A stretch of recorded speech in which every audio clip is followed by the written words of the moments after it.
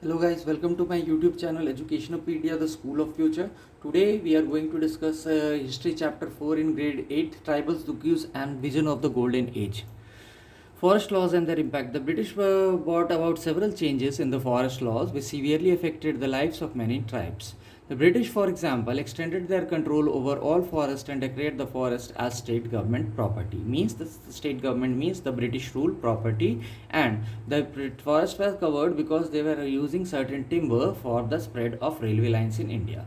The British wanted timber, so the forests that produced it were classified as reserved forests. So those forests were marked as reserved forest, that nobody should cut the trees and anything from those forests. Who were people who were not forest were people who were not allowed to move freely and practice jhum cultivation. So in that areas they were not allowed to practice jhum cultivation and they were not allowed to move freely also. As a result, several jhum cultivators moved away to other areas and lifestyles. So they left their particular profession and moved to different areas. Colonial officials decided to give jhum cultivators small patches of land in the forest to cultivate, on the condition that they would have to provide labor to the forest department. Naturally, many tribal people groups revolted against the alien and unfair colonial forest laws. So these laws were not accepted by the tribal people and they were going against this law. For example, Songram Sangma in 1906 in Assam, Forest Satyagraha in 1930s in central provinces. So these were the two such revolts. The problem with trade. During the 19th century, traders and money lenders began to come into the forest. They offered cash loans to the tribal people and asked them to work for wages. So what they were given? Wages they were given, and the loans were also provided to work. In the 18th century, Indian silk was in demand in European markets. You know, the silk is today, silk also is very much demand and costly, and European market also they were demanding. It is a bit hot and cold. You can understand that the growth is a bit soft texture is there. That's why people are preferring. And the East India Company officials tried to encourage silk production in India to meet their growing demands. So whatever the demands of silk was there, for that only they wanted to increase this production. You can see that a Godra woman weaving and a Hajang woman weaving a mat. She is moving clothes and she is weaving a mat. Next, the case of silk growers Santals of Hazaribagh. The Santals of Hazaribagh reared silk cocoons, and silk traders sent in their agents who gave loans to them to collect the cocoons. You know, the cocoons from which the silk thread is taken out and finally that thread is made into clothes. The growers were paid 3 to 4 rupees for 1,000 cocoons. So if they had to give 1,000 cocoons to British, they were being paid for that 3 to 4 rupees, which were then exported to Bardhaman or Gaya and sold at 5 times the price. So this particular cocoon was taken from different parts and they were collected in Bardhaman and Gaya, and from there only the Britishers were also purchasing and taking it. The middlemen who arranged deals between the exporters and silk growers made huge profit. So who was in middle, that person made great profit. Next to that, this made the British traders richer and the Indian tribes poorer. So the British trader became richer and the Indian tribes became poorer day by day. Means British trader got more earnings by selling these things, but the Indian tribes were not doing it for the purpose of business, so they became poor and poor. Many tribals saw market and the traders as their enemies. So many tribal people were there, they who were seeing the markets and the traders as their enemy, as they were not getting the right amount of profit which they may get. The search for work. The plight of the tribals who had to go for far away from their homes to work was even worse. So many people had to leave their house and they have to move far places. They were often recruited in large numbers to work in tea plantations. So they went to Assam. There still also in many states you will find that people are going to Assam tea leaf garden and there they are doing some job. And the coal mines in Jharkhand, and in Jharkhand also currently it is your Dhanbad and Jharia. Earlier it was many parts of Jharkhand where these coal mines were there. In that to the tribals, those new homes and jobs were not just unfamiliar but actually very unpleasant and dangerous, and they gradually lost their culture and traditions, their health, self-respect and their familiar way in the life of the forest. So you can see that these things happened.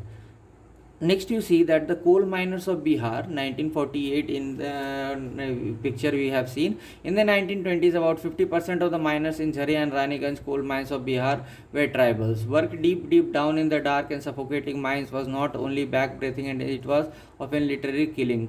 And in the 1920s, over 2000 workers died every year to the coal mines of India. So simple thing I will say that this every year fact is right, because when you go to Durgapur, Burnpur, and there the silk base are there. So from the taking out that silk, taking your truck inside that deep, and then bringing that particular silk is really a hard task, really a tough task. In the 1920s, to about 2000 workers died every year in the coal mines in India. So this is the true fact. Next, a closer look. Here you can see that though the 19th and the 20th centuries, tribal groups in different parts of the country rebelled against the changes in the law, the restrictions or the practices and the exploitation by traders, moneylenders and the Britishers. Some of the popular revolts are the coal revolts 1831 to 32, the Santhal revolts 1855, the Bastar rebellion 1910, the Worli revolt 1940, the Munda revolt 1890s. Closer look, Birsa Munda. Birsa Munda declared that God has appointed him to save his people from trouble, to free them from slavery of Dikus, foreigners and robbers. Thousand became the followers of Birsa, means everybody was following Birsa Munda. A movement began under the leadership of Birsa, so he became the local leader of the people. The political aims of the political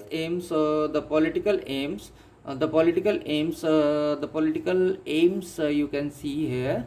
The political aims The thousands of people who follow Birsa movement began. The political aims of Birsa Munda were to drive out Christian missionaries. Means he was against the Christian missionaries and their work. Today you can see many Christians and many Hindus and many South Indian people converting to believing in Sai Baba and worshipping that. So why this is happening? Because of the nature of certain people. Next is your moneylenders, Hindu landlords and the government, and to set up the Munda Raj.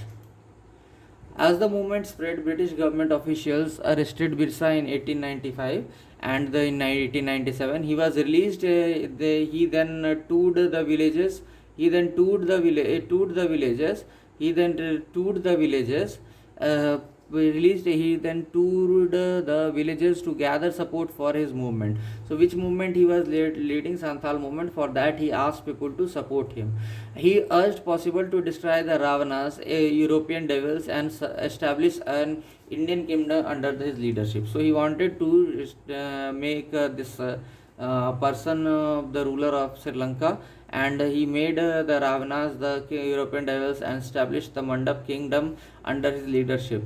Birsa died in 1900 and the movement initiated by him faded out. But historians even today study it up as an important and popular event in the story of British ruled India. So these things are there. Birsa died in 1900 and what things happened with him. So these all things are there and people are still studying about these things. Here you can see Birsa was born in the mid 1870s, the son of a poor father. He grew up around the forest of Bohonda, grazing sheep, playing the flute and dancing in the local akhara. Forced by poverty, his father had to move from place to place looking for work. As an adolescent, Birsa has heard tales of past uprisings among the Munda tribes, how they were going against the Britishers, and saw the leaders of the Munda community urging the people in the world. There was a great time, there was a time, a golden age, when they were free from the opposition of Dikus robbers. And once again, a hero will appear when will win our hands back from the foreigners. Remember, child, we need to win back our kingdom. The Mundas saw themselves as the descendants of the original native settlers in the regions, fighting for their land, or mulk ki ladai. Next, if you become here you can see a story is there. The father comes, if you become good Christians and give up your bad pagan practices means the tribal practices, it is possible for you to attain the kingdom of heaven. So if you want to and regain your lost rights, so whatever things are there, he wanted to make them learn, and he asked them to convert to Christianity so that they may gain their own rights. But Birsa went to the local missionary, and the sermons of missionaries further encouraged his beliefs on the local agenda. So finally, after listening in the class, madam was also there, and Birsa went to the local missionary school, and the sermons and missionaries further encouraged his beliefs in the local legends. So these things were going on in the missionaries. Later, Birsa also spent some time in the company of prominent Vaishnav teachers. So he had a Vaishnav teacher also. Under his guidance also he learned many things. He began wearing the sacred thread and started thinking about the values and purity and piety. Birsa was deeply influenced by many of the ideas he came in touch with his growing up years, and movement aimed at reforming the tribal society. He urged the Munda to give up drinking liquor. He cleaned the villages and stopped believing in witchcraft and sorcery. So these all things was demanded by Birsa from his people. Brothers, we must pull ourselves together. We deserve better lives, and we must light first our own ignorance and superstitions, and then the foreign robbers.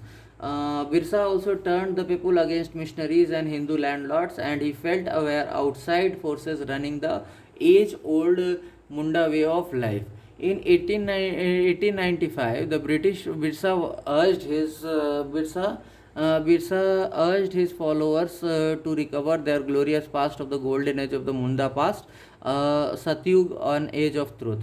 Our ancestors and forefathers lived a good life. They constructed dams and embankments, tapped water from natural springs, planted trees, and owned orchards, and cultivated their lands for food. We do not kill our brothers and relatives, and we live honestly.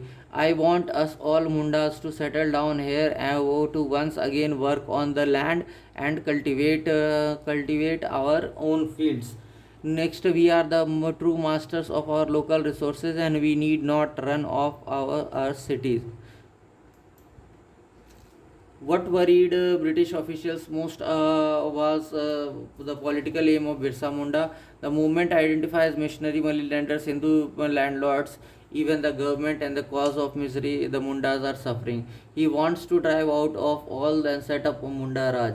But isn't it also true that our land policies are destroying and the traditional land system, Hindu landlords and moneylenders, and taking over the land, and missionaries over criticizing their own culture? In the movements, if as the movement spread, the British officials decided to act aggressively. Birsa was arrested in 1895, convicted for writing, and jailed for 2 years. When he was released in 1897, Birsa began touring the villages to gather support. He used traditional symbols of language to rouse people, urging them to destroy the Ravan demons such as the Dikus and the Europeans, and establish an autonomous Munda kingdom under his leadership. Birsa Munda followers began targeting the symbols of Dikus and European power. They attacked the police stations and churches, and raided the property of the moneylenders and zamindars. The white flag at the symbol of Birsa Raj. In 1900, Birsa died of cholera, and the movement faded out. However, the movement was significant in at least two ways. First, it forced the colonial government to introduce new laws so that the land of the tribals could not be easily taken over by Dikus outsiders. Second, it was once again had the capacity to protest against injustice and express their anger against colonial rule. That they did this in their own specific but organized way, inventing their own rituals and symbols of struggle. You can see the picture of Birsa Munda here. Let us recall, we have read about the forest laws and their impact, how the British introduced the new laws, CNT Act and all those things, and what were their impact. The problems with trade, you know already what was the problems with trade, where they have to go and what climatic conditions they have to face. All these things they need to be known earlier. Next to that, we are having the plight of silk growers. So the silk growers had to pay their cocoons at their very less price, or their ready-made material at very less price. Next is your Birsa Munda participation, Munda revolt, you can say that, and he has stayed for a long time. Next, let us recall, what was the main activity of Santhal in Hazaribagh? The cocoons and farming. Who were considered as enemies for the tribals? Most probably the who were considered as enemies for the tribals. So enemies for the tribals are their self ego. Once they kill their self ego, and uh, Britishers were the enemies for the tribals. Name any two tribal revolts which happened in the 19th century. The 19th century two tribal revolts are there. First one is your revolts. Name any two tribal revolts which happened during the 19th century. What was the aim of Birsa? Next is your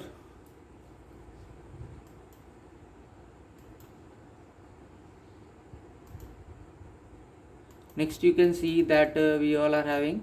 So we have completed this chapter of tribal Dikus and vision of the golden age. I hope you understood this chapter, and thank you for watching the video. Thank you.